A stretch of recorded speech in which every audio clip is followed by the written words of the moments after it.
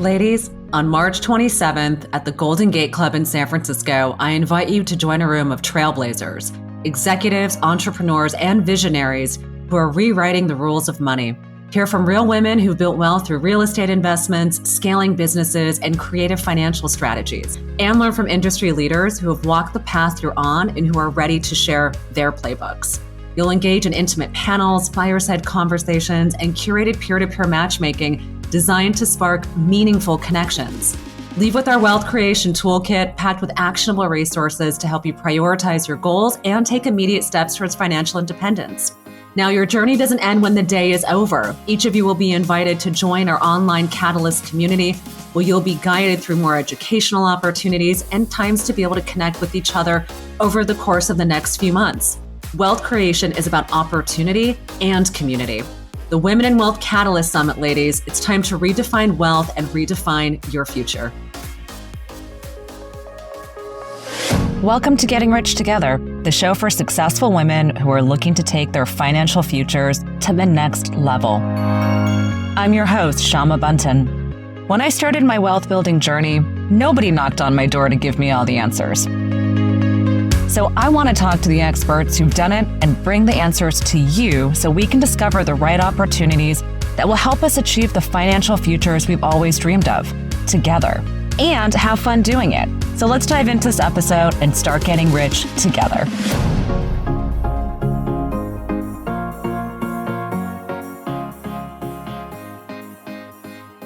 I am here today with the gorgeous and prolific Eva Yazzari. Eva, you are someone who was born with abundance, which I think is an incredible way to start this conversation. You've also been the founder and CEO of the Beyond Capital Fund for 15 years. That is also extremely impressive. I can't wait to hear the journeys and how things have shifted with that. But more importantly, you are an incredible soul and someone who is here on this planet to create massive change. And it's one of the reasons why I am so attracted to your spirit. Thank you so much for being here today on Getting Rich Together. I'm grateful to have you. Thank you, Shama. What a pleasure to be here with you and have this discussion. So Eva, while most people know you for all the incredible output and work that you actively do in the world today, you were obviously once a little girl. And you were a little girl who was learning about the world, who was learning about money and energy and where things moved and how to get things done. Talk to me about some early money stories and money memories, anywhere from, let's say, 8 to 12 years old. What was life like for you? So I grew up in Staten Island, which is where other well-known people like Colin Jost also grew up. But it's a place that it's a very interesting place because it's disconnected from New York City, but still a part of New York City. We are a borough of New York City. We're one of the 5 boroughs. And I think growing up in Staten Island, the only daughter of 2 artists, and in a family that also had service at the core, money was kind of a conversation, but more of a subtext. And that being said, I think growing up in New York City, money is a very, very, very present part of your daily life. Just because, in my view, New York is a very transactional place. I don't think that's a bad thing, but I think it's really an environment where, it's the finance capital of the United States. It's an environment where there's a lot of kind of hustle and transaction all around you. And so I had these kind of 2 different worlds. I had the art world and the world of where in Staten Island, you're kind of like outside the gates of New York City, but you're still in. And then I had just growing up in New York City and the energy of the city still spilling over into my world. As a precocious little girl, I think I learned that money is a tool. And I sought to kind of use that tool throughout even my childhood.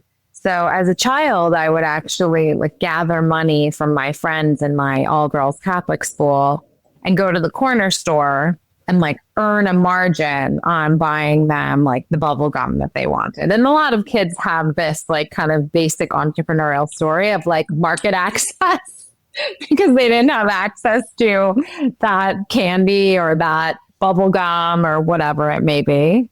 So I had already kind of started my own business, certainly around the age, that was probably around the age of 8 or 9 or 10. But then another early money memory for me is thinking about what car I really wanted my parents to buy. And for some reason, I wanted my parents to buy a blue minivan. And I know. And yes, a car I would never drive today. And therefore, I zeroed in on the purchase. And I, with conviction, pitched them and sold them the car. And my parents, again, are, artists. They're lovely people. We have a family of 3. We don't need a minivan. And they ended up buying the car. And I felt really cool that the door slid open. And that's what I really, really wanted, was a door that slid. And so those are kind of some early memories. And I think at the end of the day, despite not having a tremendous amount growing up, I felt very comfortable with money and comfortable with what money can bring into my life. I just had to learn the language of money later on, which is a big part of my story and a part of my story that I think has been quite fun to play around with as well. And so young Eva, who's out there creating markets and selling her parents on things that they don't need. And it's so funny. I feel like we hear of stories of pitching parents toys or other things that we want for ourselves, but you were pitching them on something for them, right? Talk about a fantastic selling technique that likely, I imagine, still serves you till today. That's such a neat way to think about sales and to sort of have those instincts as you were going into high school and later on moving into university. Was your passion and sort of interest in finance increasing as you were getting older, or did you at one point ever think you too might become an artist? Well, I didn't think I would become an artist. I love the art world. I have a really beautifully trained eye from walking around galleries pretty much since the day I could walk in New York City and museums across the country. But I was always drawn actually to medicine. So I, leaned very heavily into biology and the sciences. Later on, I actually learned I had a vision problem. And so it could have been a little bit of necessity to kind of get around the fact that it wasn't so easy for me to always read long texts, but I've survived. So I feel pretty good about that. But I ended up becoming pre-med. I enrolled at Barnard with a pre-med kind of focus. And because I went to a New York City public high school, which was good, but not great, and really saw the reality of kind of public education and that track in a city like New York, I wasn't really terribly prepared for pre-med at an Ivy.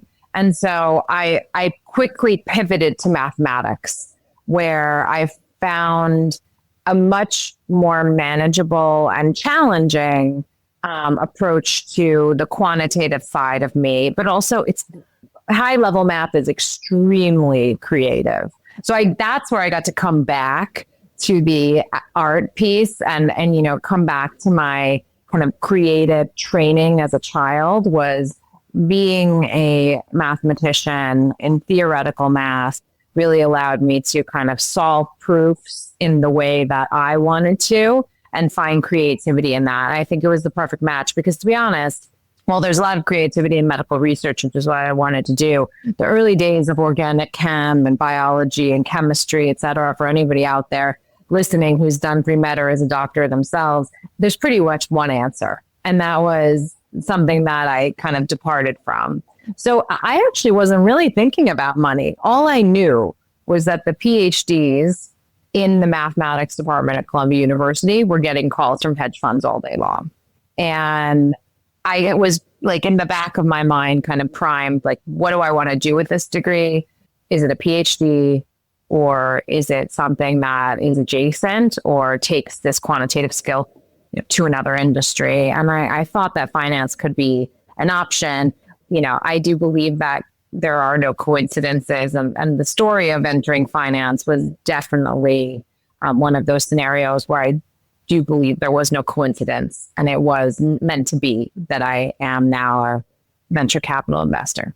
Oh, I love that. And as you were progressing through your studies, were you one of those students who was head down in her books all day long? Did you have any part-time jobs? Like, were you still creating markets with candy bars? Like, how were you sort of as a college student?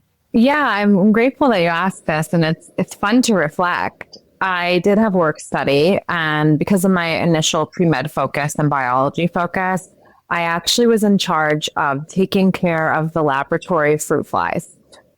And what that entailed was changing their vials. So, a couple times a week, I would show up in the bio lab and sit on the phone and maybe talk to my mom or, one of my old friends or a friend in college and, change the fruit flies vials and make sure that not too many of them escaped in the lab. So that was my initial work study, which is why when a friend of mine knocked on my door and said, I have a good friend who's recruiting in the Merrill Lynch investment banking nighttime program, intern program. Are you interested? It pays, $60, which was more than what my work study was paying. Maybe it was $20 per hour. I jumped at the opportunity because changing fruit flies vials was really not the ultimate purpose or skill that I wanted to have in life. I think that situation really set me up for success because even a nighttime investment banking internship would feel like it was better than sitting in the bio lab. So I ended up actually taking that job and being an intern in the consumer group at Merrill in the financial center, so downtown Manhattan. And, did all the things that an investment banking intern did, but really learned what it looks like inside an investment bank. Wow. And what an incredible early opportunity, and how grateful for your friend to knock on your door and say, hey, let's go expand what's available to you. What a wonderful hand into that space. As you were going through your internships and, obviously starting to make money, was though it was very little and you were in school, did you find yourself more on the side of saving your early pennies? Was it more, I'm going to use this money to go do fun things? What were your early sort of inclinations towards the first little bits of money you were making? So I'm a builder in general. And what I did with the early money that I made was I kind of invested it in my future. And what that meant was I kind of used it to build networks. So maybe I joined a philanthropic or, kind of an organization that helped expand my network that required a donation or a buy-in. If I'm honest, I also, spent money on like kind of more of a finance wardrobe so that I could, show up in the workplace as a woman and quote, fit in. Which is an interesting thing to reflect on because, now I show up authentically me and I don't necessarily want to fit in all of the time. Because I'm a builder and I was constantly thinking about the future, I tried to invest in either networks or systems around me that would support me in my growth. And then to be fair, I was in New York City and also, enjoyed myself and had some fun times with friends. Interestingly, some of whom have become venture capitalists and are in my network now. So I think it's all circled back to be positive experience. But I think saving is extremely important. I believe in the compounding effect of money and saving over a long time and kind of like, setting it and forgetting it is very powerful when it comes to saving capital. But at the same time, I also believe in investing in oneself quite heavily. And so I probably break from the typical, spend, save, give paradigm and probably have like a whole other invest, but then also invest in my success bucket. I love that. I think that's such an important thing to highlight, which is, investing in yourself will always prove to be the biggest returns in your life. And at the end of the day, all you're left with is you and you. And so when you invest in yourself, you know that you're making significant contributions to whatever the vision of the future it is that you're looking for, which undoubtedly leads to another vision and another vision. And so let's take it back to the vision of graduating university.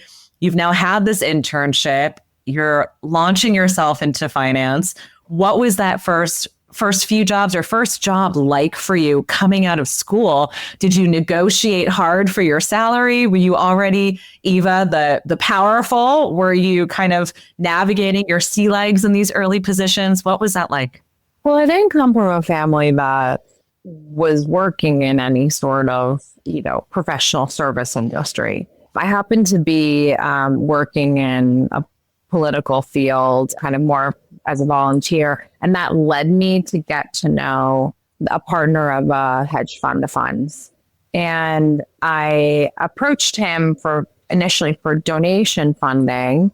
And after that, I realized that there was a job opportunity there and kind of shared my skills, my quantitative skills, shared that I was already in an investment banking internship, and actually much to the chagrin of the analysts that were working full time at Merrill Lynch, I pivoted in college from investment banking to a hedge fund, effectively a hedge fund of funds, but to the hedge fund industry.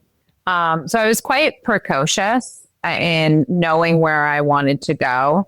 If I'm honest, I probably had no idea what a hedge fund did when I started. And I would say, I think it was the right path for me because it was a very entrepreneurial shop. And I contrast that with, when I went to interviews with very large banks for their kind of asset management groups, there were young students there who were interviewing who came from families that clearly, were coached to have a file of different stocks that they would recommend and, wear the perfect suit. And that was just not me. As I mentioned, my upbringing was quite untraditional for that type of career. And there was nobody guiding me on what to do or what to say. And so when I showed up in the hedge fund industry, I was very naive to what that actually meant. But I knew that I could work hard, and I knew I could work harder than everybody around me. And I knew I was very good at financial modeling. And so I kind of built out our fund of funds model, focused on quantitative analysis and really learned the qualitative side. I was very lucky. I earned really well for, being straight out of university, probably in the top 5% of anybody who graduated from Columbia University. And I didn't have to negotiate that because it was kind of a feature of the business. I learned from there. I mean, it wasn't easy. And as I mentioned, you do have to fit the part. Yeah. And I think that was probably the piece that I had to learn the most, actually, was how to fit the part. Wow. And so as you were sort of looking then at seeing maybe more money in your life than you ever had at such a young age, right? It's so interesting to think about what it means to us and what we can do with it and how it changes things significantly for us. What, if anything, did now being such a high earner mean to you at such a young age? What did that sort of allow for you? Did that change your thinking? Well, number one, I felt really grateful. I felt very grateful that I had kind of bridged a financial gap. I was earning more than my parents earned. And number two, I felt very powerful. And I felt that I had a tool and a skill that nobody could ever take away from me. And if I was smart about it and I leveraged that tool, which was money, and that skill, I'm not talking about actual leverage, but just leverage money as a tool and leverage the skill of being a diligent integrity driven, and at the time, informed investor, that I had something that would always stay with me forever. So I felt that power. And as I, matured as a professional, and I worked at this fund of funds for several years before the financial crisis hit, I really learned kind of where my place was in the financial industry, and thought a lot about like the kind of more entrepreneurial side of building a fund business versus I'm going to go work in a bank for my entire career and kind of just service the client type work. So that's where my brain, really started to expand. And I think the power of money was the emphasis, was really the catalyst for that. I love that. And as your net worth was growing, did you find yourself sort of self-educating on the areas that you would personally want to invest in? How did you start to decide, okay, this is my pie, or this is what I have. What on earth do I do with it? And being at a young age, it's also, where do I go? And not having parents who likely were talking to you about where to maybe invest money, or maybe that was part of the conversation. But how did you start to get ideas around what to do with your capital, and how influential were sort of the people around you and those conversations?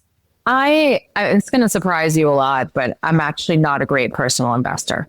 And I say that in the sense that I do not believe that having a career in investment or finance means that you need to manage your own money. I think I made a really, really naive bet during the financial crisis, in one of these kind of up and down bets where I lost a lot of money shorting banks, but leveraging that short trade and being very bold on that short trade. And that moment was really pivotal for me in realizing that advisors exist for a reason.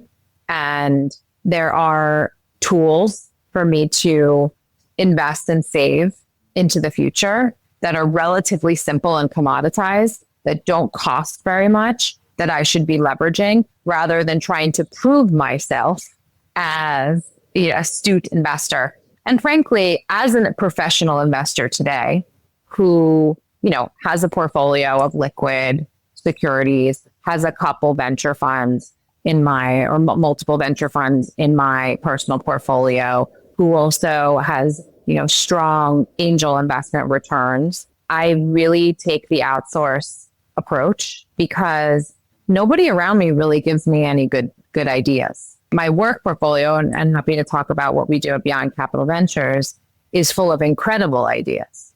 But that is where my focus goes. So when I was early days on Wall Street, I was very focused on how do we pick the best managers?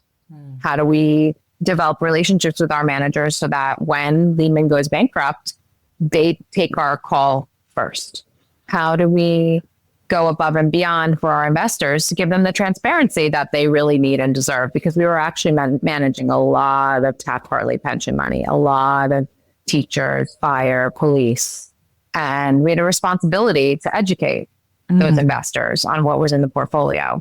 So I like to focus on the professional side of investing, and then let advisors take everything forward with my own personal capital. And some people will say, well, you're losing out on fees. At the end of the day, I think you pay for quality. And when that advisory is quality, And I think it's important to highlight that we don't need to be experts in everything in order to reap the benefits of everything. We don't. It's a powerful tool to exercise in the beginning stages as you were choosing sort of who to manage your money, and maybe let's call it what your bench would look like, right? Sort of the people who you would need in your life to help you execute personally at a very high level. From a bench standpoint, who are some of the people, or how did you start thinking about, I'm going to put my money with this person, right? Where did those sort of introductions and insights come to you as far as who you needed and when you needed them? Yeah. So that decision actually happened several years later. I left the fund of hedge funds right when Lehman went bankrupt, but it was because I met my partner of now 16 years, and he was running a business in Switzerland. So I was kind of getting an itch to leave New York City and just took that opportunity. So we combined our wealth and worked with various advisors in Switzerland who were all male and all did not even look at me for 5 minutes of the meeting. And actually, and if my husband were on this podcast, he would share that this is accurate. I am a much better investor than he is. I am much better with money than he is. And so it was even more of a blow because I knew how capable I was. So I'll never forget, probably 12 years ago, maybe 13, I was in San Francisco for work at a conference, and there was a new crop of wealth advisors building their practices, and they were integrating not only financial return, but also values. And I happened to be walking in this kind of theme of there are no coincidences on a street in the marina. And one of those advisors was sitting right at a table in a cafe. And I walked up to her and I said, I'm ready for you to start managing our money. And that was the start of a discussion where I then introduced her to my husband. And I kind of made the decision for us, knowing that it was the right decision. And she is and has been, the best financial advisor that we have ever had. Now, she's excellent, but I think also the others, they just lacked the awareness that a young entrepreneurial couple like us really needed, that wanted more from our money management. So I feel very lucky that the decision making was really centered about how to build my bench has entirely been centered around, are we values aligned? And because I think the rest is highly commoditized. How powerful. And also, at a young age to be so conscious of sort of the power of capital and the power that you can create when your money is aligned with your values is really unique. You've really had this sort of awareness of the world and sort of how things operate, and have executed on a vision, it feels like, that's been unfolding at the most perfect pace, and also at a young age to be able to have those realizations is really, really exciting. So talk to me a little bit about the dominoes that fell for you to launch your business, and how did you come to that? Because obviously values alignment, at least from this point forward, becomes really, I believe, just this beautiful, strong through line of the impact and everything that you've been creating. So what were the dominoes that fell? Launching something is not easy. It's expensive. It takes time. How did you start to have those conversations at home as a family unit about taking on this next step? Number one of the dominoes that fell was Lehman Brothers. And the reason that was so influential on me was because, as I mentioned, I grew up behind the gates, and I knew what it meant to potentially be a borrower who was sold an adjustable rate mortgage in an irresponsible way, where you couldn't afford the reset, while dozens of managers were earning money on a trade because they knew that this was happening. I found that so unethical that it gave me deep courage to look in a different direction. And my, move to Switzerland was coincidental and timed perfectly for me to kind of think differently. It was right during the financial crisis. I actively decided to leave the firm. The fund has done extremely well that I work for, and I think I'm very impressed with their progress. But I actively decided to move on, and I just got to rethink my life. And I got to rethink my life as a builder, knowing that I'm very entrepreneurial in a very non-entrepreneurial environment, which is the country of Switzerland. And I think, I'm not criticizing. I think everybody would agree with me that you don't really move outside of the lines or color outside of the lines in Switzerland. And now there's more entrepreneurship. In fact, one of my best angel investments is in the country, but in general. So I thought, do I want to work for Credit Suisse or UBS, or do I want to do something different? And I actually went back and got a yoga teacher training, kind of thought about what that would look like. It wasn't right for me, but I think it gave me the introspective tools to think differently about my career. And I actually just happened to read a book written by Peter Singer called The Life You Can Save. And in this book, he describes a scenario in which if we were walking by a pond and the child was drowning, but you were wearing expensive shoes, so a la Wall Street, Manolo Blahniks, would you dive into the lake or would you let the child drown? And I think all of us would say we would either take off our blonde or our Manolos, or we would just dive in. We would save the child. And this really was his way of explaining the decisions we make every single day in the West. We make decisions every single day, whether it was my coffee this morning or, the taxi I took yesterday, or, the cost of even the lip gloss that I'm wearing today. It has these dollar amounts have a material impact on individuals living in the global South. And layered on top, my dad grew up in Tanzania. So my father's family lived for 15 years in Tanzania. So I grew up hearing the stories of what it was like to live in Africa. So everything really came together for me. And I would say it came together on a subconscious level when I realized that there are 4 billion people on the planet who lack access to healthcare, financial services, agriculture tools, education. I mean, we don't invest in all these sectors because they're not venture backable, all of them. And healthcare, financial services are key for our portfolio. But I really thought about, wow, there's a problem statement, there's an opportunity, and there's a new wave of what were originally called social entrepreneurs solving for some of these issues in a new way that went above and beyond philanthropy. And that really inspired me. And so that's when I started our first fund.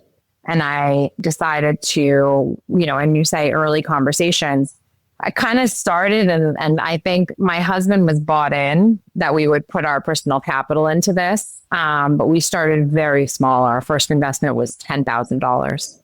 And, I put 20,000 into the company alongside, and we covered the operational expenditure for 7 years. And then we professionalized and we just kind of took things to the next level. And my husband wasn't a co-founder with me, but we both looked at each other and said, we should be doing more. There's more here for us to do to contribute beyond ourselves. And that was the genesis of what has now become a full-fledged venture fund where we invest in 2 of the top 4 emerging markets. Wow. How exciting that moment where you go, this is my calling. This is what I'm here to do. Everything falls into alignment. And when that happens, all the doors open and it feels like things move, and you get to move with a sense of clarity and a quickness and an ease. That doesn't happen to many people, Eva. That's a really incredible way to sort of start this journey. And so now you've been running this fund for about 15 years. This is so exciting. Your returns and how the business has grown. And it's so impressive when I get to look at that and reflect on all the impact you've been creating. And at the same time, as this fund has grown and your impact has grown, you're growing. Your life is growing. You are now 15 years older, right? The way that you look at life has probably also changed. You're now also a mother. So talk to me a little bit about sort of the evolution of how you and your family have sort of looked at, okay, these are our values. This is how we are choosing to, allocate our capital over time. And how has that changed sort of as you've been learning and growing with the fund? What might be some parallels? Well, I was raised in a way that values were always first and discussions of values were always first. I think it was a little easier to form these views in Europe. Mm. And I say that as a very proud American who feels extremely lucky that she was born in the US and appreciates everything America kind of brings to the world and the table, especially when it comes to kind of innovation, entrepreneurial mindset, and belief. However, I think that there's no other place where environmental stewardship, social structure is table stakes other than the European countries. And they all do it very differently. And, you know, we can debate all day long whether it's working or not. But at the end of the day, I think having that as a backdrop for my thinking made the inculcation of values and profit in one vehicle without trade-off much more conceivable than had I been in a space where it's like I make money here and then I do good on the other side and everything is bifurcated. And don't get me wrong, Shama, there were a lot of people in Europe and Switzerland who told me this is a hobby. You'll never be able to achieve this. Is this a pet project? Oh, you're just doing that charity thing. And I was like, you just wait, because I'm totally a tortoise and not a hare. This is going to add up to something really big. When I think about myself, you know, I came into the conversation with it's possible to have values alignment and have financial return if you're willing to work hard enough to find the right opportunities. And I think that, you know, coming from a heavy due diligence background and a heavy portfolio allocation background, I just had like the magical skill set to pivot. And I had to learn what it was like to become a venture capitalist. And that took some growth. But I think the inner growth was really realizing that the yoga teacher training and the spiritual training was actually for the work that I would do at Beyond Capital and not necessarily even in my own practice. And I recall a friend saying, well, you must wake up every day and do yoga. And I was like, no, the yoga is my work. And that is my yoga off the mat. It's like the purpose, the amazing energy, the belief, the creativity, and the fact that I know I'm contributing to something bigger than myself. Yeah. So that was the growth.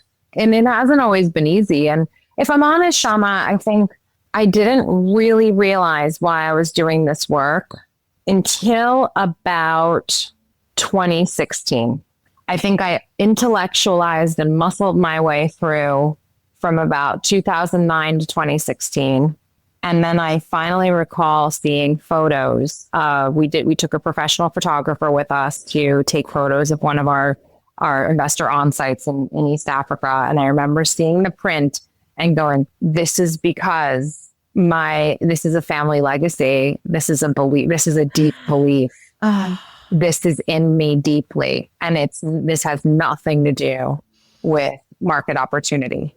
It's paradoxical because since then, you know, we've just built this really, really impressive portfolio of companies that are growing, are becoming profitable, are raising more money, are scaling, and having impact in the first fund on 86 million people. Wow. I got total goosebumps, Eva. How magic. So you mentioned the word legacy, and I'd love to spend a few moments. Obviously, you've created so much impact at such a young age. I imagine you will be here for at least another 60 years. As you sort of start to look backwards on legacy and the body of work that you not only have created, but will create in this world, what does that legacy start to look like? So it's very important to me to leave two legacies from the planet. One of them is to change the way people think about their money. And that is why I wrote my book, The Good Your Money Can Do. Because for decades, and it's been 2 decades really since I've been sitting around these fancy dinner tables. I'm now turning 40. I've been sitting at dinner tables with people who have a tremendous amount of wealth and have no idea what to do with it. and they're invested, they're in venture, they're in private equity, they're in crypto, whatever it may be. But that's not really knowing what to do with your money. Knowing what to do with your money is knowing that it is a tool for you to unlock your greatest vision. And you can still make money doing that. So it's building wealth while remaining true to you. And that is the legacy that I want to leave.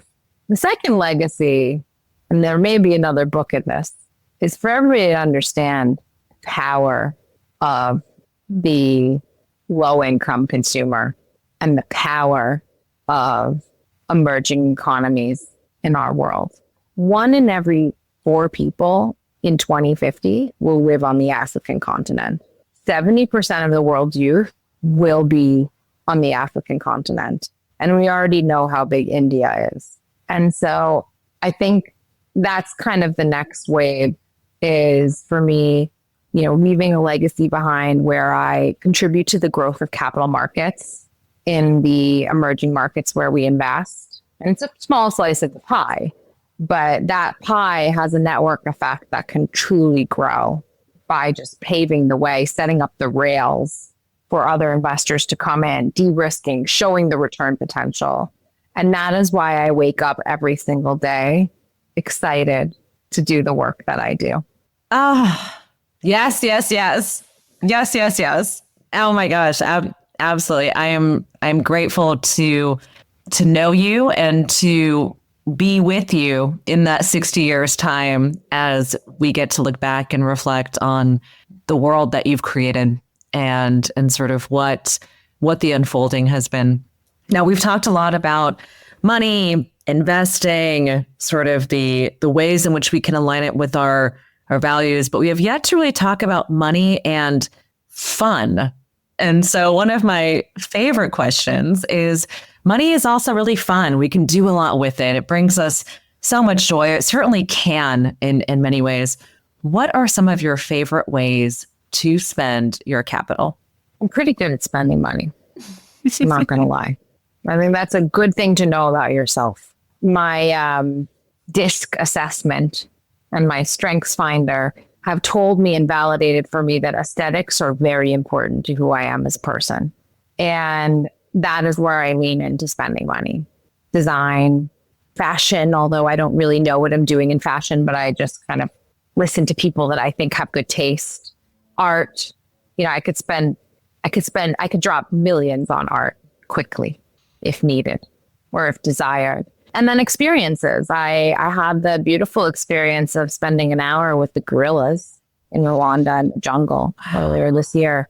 It's not cheap, but I'll never forget that. Yeah. Never forget that. Travel, those moments that you can really remember, as you say, I do hope to live until I'm 100. And I've got 60 more beautiful years of life experience on this incredible planet. And I want to maximize as much of that experience as possible. So that's the balance for me, is enjoying the world. I have to say, I was very honest that I am good at spending money, but I think for me, if I go one level deeper within myself, I have been thinking a lot in my personal growth around the difference between enjoying spending money and having more to be worthy. And that's where I'm really focused on understanding the difference. That's beautiful. And my last question, Eva, is what are you calling in that others who are tuning in to this episode might be able to facilitate, help connect you to, help you build? Everyone who's listening is here to get rich together. We're all here to support, to uplift, to create change, and to uplift those who are doing the work. What is it that you need? How can we support you? Thank you. Well, I think first, this conversation has been an incredible support. There aren't many opportunities to tell my story this way, but I think your story is cumulative, and the ability to add up to who you are and be recognized for that is very important. What I'm really passionate about, though, is the growth of emerging markets and rebuilding, or I shouldn't say rebuilding, but just building markets that are true to the needs of Africa and India as economies, and not necessarily copy pasting Silicon Valley. No offense to Sand Hill Road, but that's not a version of capitalism that the whole world needs to copy paste for the next couple decades. And so that is what I'm calling in. I'm calling in a greater awareness of what it means to think differently and apply different tools of money to some places that may seem very far away, but are actually extremely influential on the entire planet from a climate perspective, from a gender perspective, from just an economic development perspective. The places where we invest will have an increasing impact on our lives in the West. And so an awareness and an education of that, I think, is imperative. Eva, thank you for the generosity of your spirit, your time, sharing your beautiful life story and the legacy that you're building. I am grateful to know you and so appreciate having you here on the show today. Thank you, Shama. Thank you for opening up this discussion. Thank you so much for tuning into this episode of Getting Rich Together. Please take a minute to subscribe. And if you like this episode, I'd love it if you could share it with a friend who is ready to elevate their financial future. Until next time, let's keep getting rich together.